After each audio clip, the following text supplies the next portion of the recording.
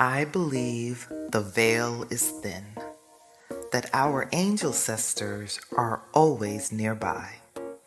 I'm your host, Bernice L. McFadden, and this is Angelcestor, the sacred space where memory meets the mystical and storytelling becomes ceremony and celebration. Each episode is an offering, words spoken for those who no longer speak but are never silent. This is love work. This is ancestor veneration. This is Angelcestor, the podcast.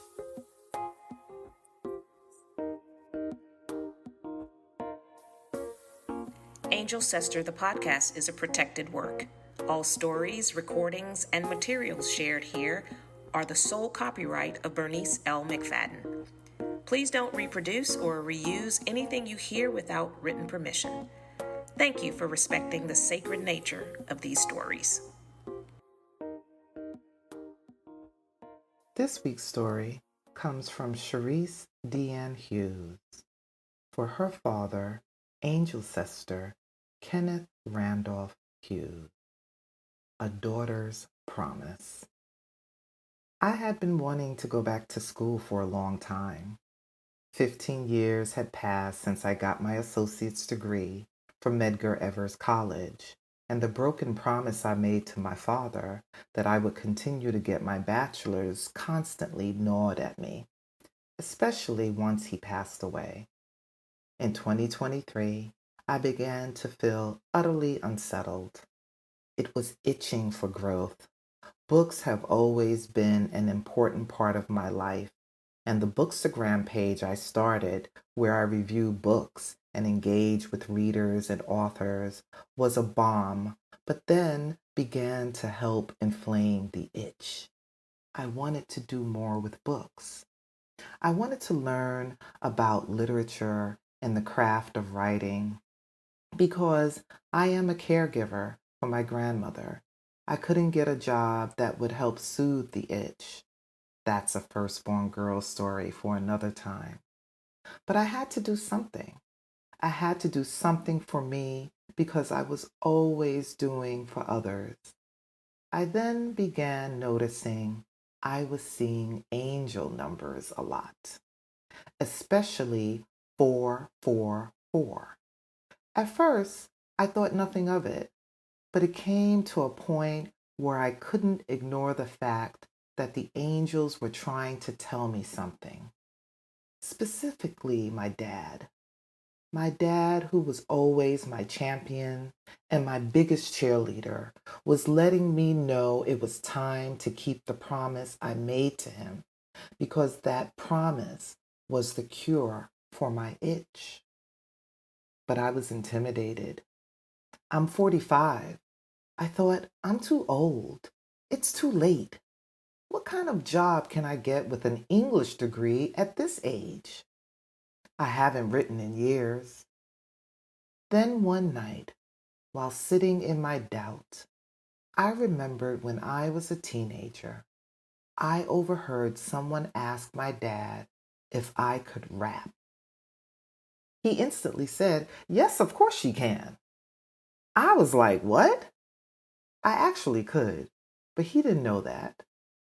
But that was him believing I could do anything. There was no hesitation in his answer, just pure confidence. He was firm in his belief that his baby girl could do anything she put her mind to. So I called the bursar's office the next day, hoping that I could arrange a payment plan for the money I owed, which was my main hindrance. I thought it a futile attempt because I had been told no years before. But my dad always said, if you already believe they're going to say no, then it won't hurt to ask because at least then you'll still be right. I never understood what he meant by that. Hey, I was following my dad's lead. So, Imagine my surprise when they looked in the system and said I only owed a little over $300. Okay, Daddy, I see you, I thought to myself jokingly. Now it was the end of the year and funds were low, but I had just that amount on my credit card. The following day, I was at the bursar counter, ready to max out my card, only to be told I had to pay in cash or by money order. As I waited for the elevator to head to the nearest check cashing place, the young lady called and waved me over. She proceeded to tell me, "You're good. It's been paid." "Excuse me?" I asked, confused. She repeated herself, and I was shocked to have heard her correctly. "What do you mean?" I asked, because it wasn't registering with me. "Consider it a Christmas present. If you like, you can go downstairs and register for the upcoming semester." She smiled and went into the office before I could question her further. If I had any doubts before, they were now completely obliterated. I knew exactly who the Christmas present was from.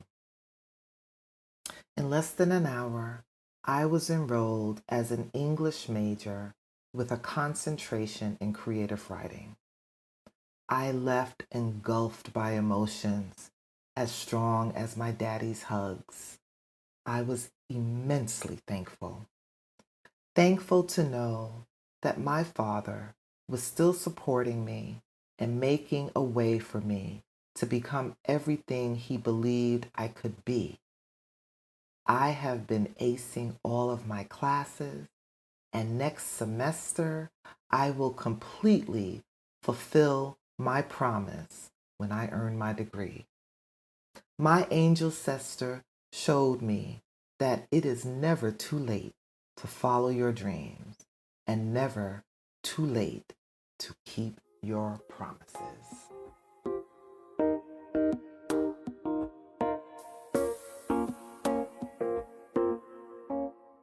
Thinking about sharing your Angelcestor story? First, thank you. This process is powerful but can be emotional too. Please check in with yourself and talk to someone you trust before submitting. Now, a few things to know. Your story is anonymous unless you give us permission to use your name. We record most stories, but not all of them are aired. Our duty is to the listener and to the craft of telling their Angelcestor story.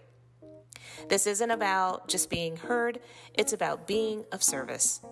Think of yourself as an Angelcestor in training. Are you ready to submit?